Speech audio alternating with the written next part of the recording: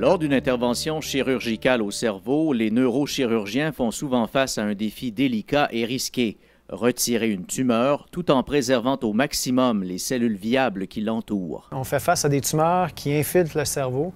Notre travail, c'est d'enlever tout ce qu'on peut de ces tumeurs-là sans toutefois affecter la qualité de vie du patient. Puis évidemment, pour ce faire, il ne faut pas léser les patients dans leur fonction neurologique. À l'Université de Sherbrooke, des spécialistes en imagerie de la Faculté des sciences combinent leur expertise à celle des neurochirurgiens de la Faculté de médecine et des sciences de la santé.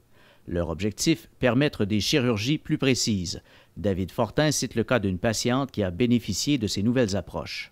Cette patiente-là a d'abord consulté un chirurgien à Montréal qui lui a dit « Écoute, je suis capable de t'enlever une partie de la tumeur, mais c'est vraiment impossible de tout enlever ça. » Elle est venue ici à Sherbrooke en deuxième opinion, puis nous, en regardant ça, on a dit « Ben écoute, c'est peut-être envisageable d'enlever toute ta tumeur, moyennant certaines précautions. » Une de ces précautions-là, c'était de la réveiller pendant la chirurgie, pour faire de la stimulation corticale.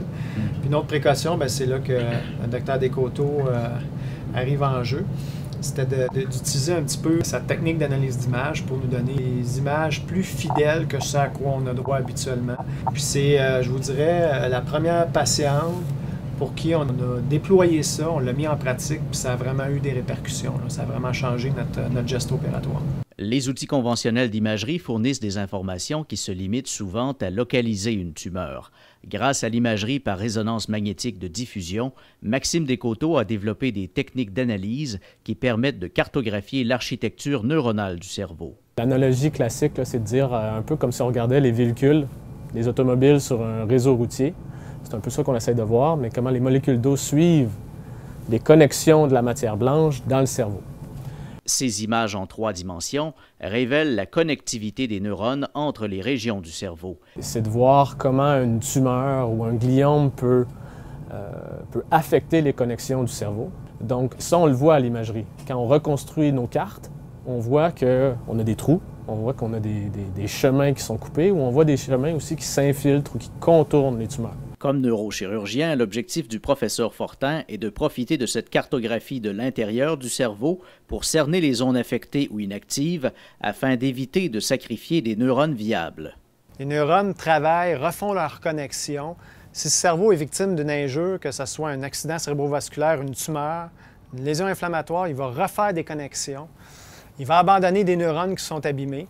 Et donc, quand on voit un patient qui a une tumeur cérébrale, la vérité, c'est qu'on ne connaît pas la microarchitecture du cerveau chez ce patient-là. On n'a pas d'idée comment les reconnexions ont été faites.